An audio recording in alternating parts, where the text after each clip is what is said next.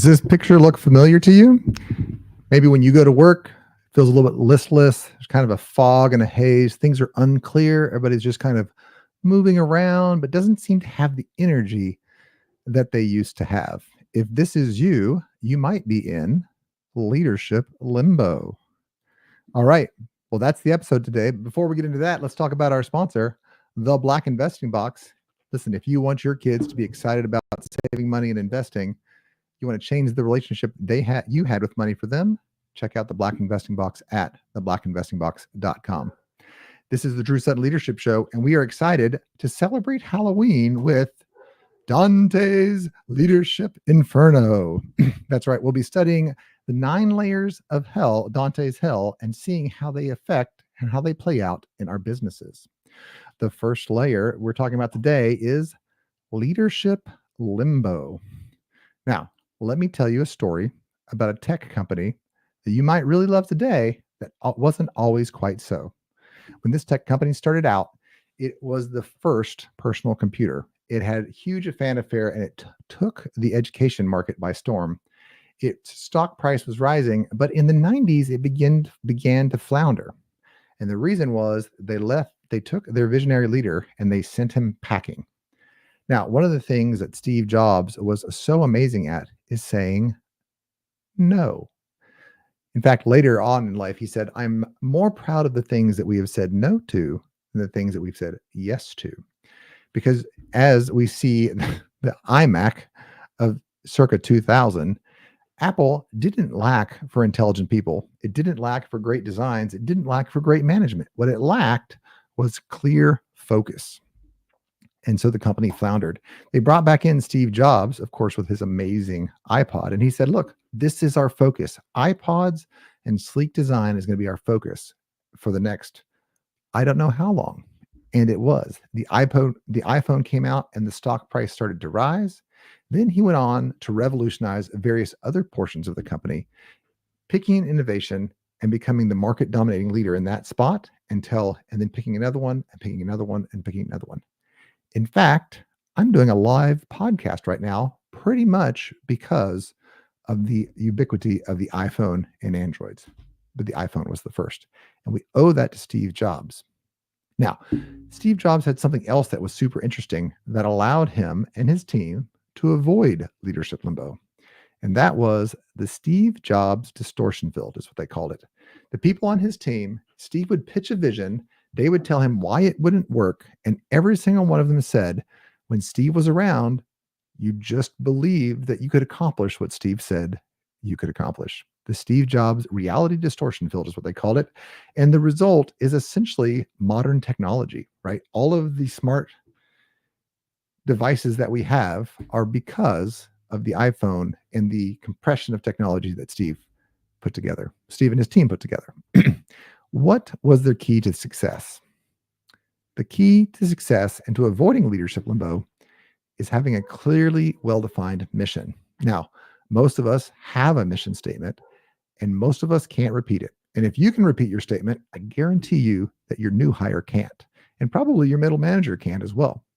Having a mission statement that nobody can repeat and nobody can engage with will leave you stuck wondering, what are we really doing here? And then you'll begin chasing all sorts of different things instead of focusing in on what it is you're trying to accomplish. So how do we fix that problem and make a better mission statement? The first thing a mission statement needs to do is have a goal. Now, the goal needs to have 2 parts to it. What are we doing and why are we doing it? What are we doing and why are we doing it? Simon Sinek, of course, in his great book, Start With Why, I'm not going to try to outdo Simon Sinek. This is the original Why book. He says, why, what, how is what you need to fully describe. So you need to have a goal, but then you need to put some numbers to it. So for me, I have a leadership conference coming up in January, and my goal is to get 400 people to attend it. I have a number and I have a date. It's not a mission until you have a number and you have a date. Can you imagine our military forces starting out on a mission to catch some bad guys and stop evil? Sounds like a really great title for a TV show, especially 80s cartoon, but that isn't very useful for a military mission. Now, Karl von Clausewitz, the great military strategist, he says you need to find the center of gravity of your enemy and then strike at the decisive moment. In other words, you need a mission, a goal, a metric, and a timetable. So, what might that look like for you? Maybe it's we want to sell 300 sofas by Black Friday. That's a good mission. It's an accomplishable mission, and that's what's important. That mission should stretch you a little bit, but it also should not let you stagnate, right? So it should be a stretch. And you think you can sell 75 sofas, push yourself to 100. And then you need to begin asking yourself, what actions do we need to do to hit the 100 sofa mark? Now, my favorite story for this comes from Texas de Brazil, which is a Brazilian steakhouse that my wife and I visited a couple years back in Louisville, Kentucky. It was a random Tuesday. We were just walking down the street. We had just finished up a meeting. It wasn't even a date, really. It was just lunchtime and we were walking down the street. And I said, "Oh, a steakhouse. I've wanted to go to a steakhouse. Let's go." So we went in, and right as we went in, the maitre d' met us and said, "What are you celebrating?" And I said, I'm just having lunch, right? That happened 3 more times at that restaurant. The maitre d', the waiter, and then later the store manager or the restaurant manager himself came over and asked us, "What are you celebrating?" And I was completely confused until I got the bill, that is. It was a very expensive lunch. And I realized the only people that come here are people that are celebrating something.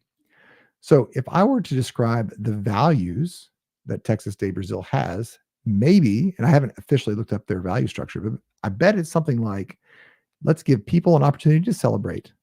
Let's give people an abundant meal, or let's celebrate abundance, and let's make them feel at home. Because I can tell you the actions that each of their members had, they asked me what I was celebrating. They asked me what I was celebrating. They asked me what I was celebrating. In fact, I felt guilty that I wasn't celebrating something by the end of the meal.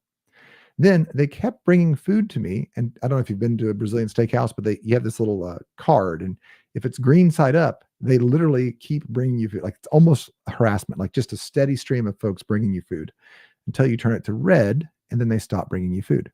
So they asked me what I was celebrating, and then they kept bringing me food until I said stop. And then when I turned it back over and said, "Yes, I'm ready to eat again," immediately, I mean, within a minute, somebody else was at my table with a big stick of meat and was carving off something for me to eat on. So celebration, abundance, and then family feel. Everybody there talked to you. The staff was great. Definitely, I felt like this is a place I am at home and that I can celebrate and enjoy with my friends, right? So if I were to guess what their mission was, is maybe to help people celebrate their life by serving 150 lunches by the end of the month. Maybe that was their mission. And I bet their goals was to celebrate, to enjoy abundance, and to have a family feel. And their actions were to ask you what you're celebrating, to continuously bringing you food until you're stuffed, and to have a great, friendly staff. That sort of mission will definitely get you out of leadership limbo. It'll get your people excited to come to work. It'll have your customers raving about you. And that is our first lesson in leadership limbo. All right. Now, I don't feel it's quite fair for me to move on without telling you why I do what I do. So let's talk about the Drew Sutton Leadership why.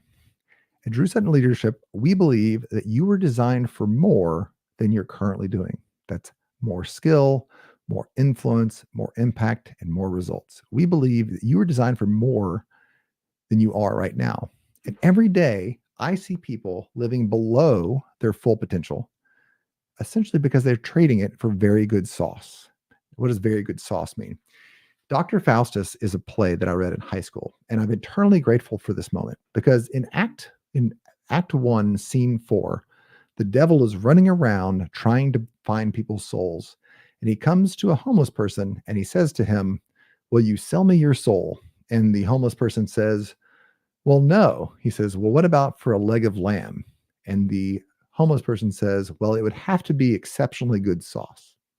In other words, so often We settle for less than what we were designed for less than our potential, and we let our lives and those who depend on us be stolen because of what we settle for.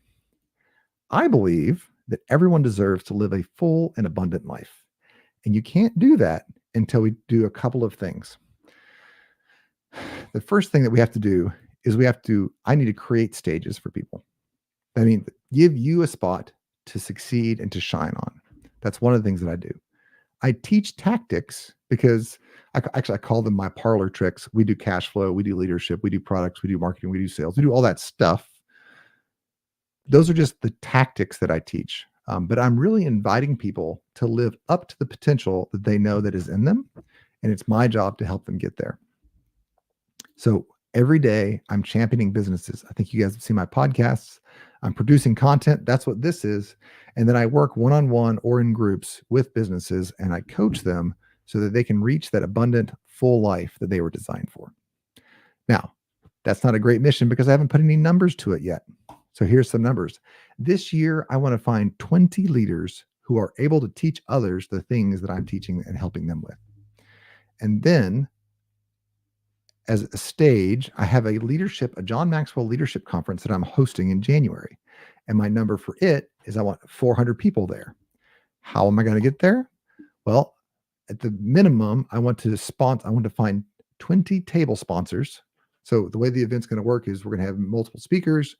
We're going to take a break and we're going to talk around the table about the things that we've learned. And then we're going to listen to some more speakers. So I want 20 table sponsors to kind of anchor the event. And I want to have those by November the 15th. And then that's going to allow me to create stages. So first of all, we have the big stages where I'm bringing in 6 speakers. Then we have the small stages where around the table, everybody is going to get a chance to be a facilitator of the conversation and to learn to share with each other.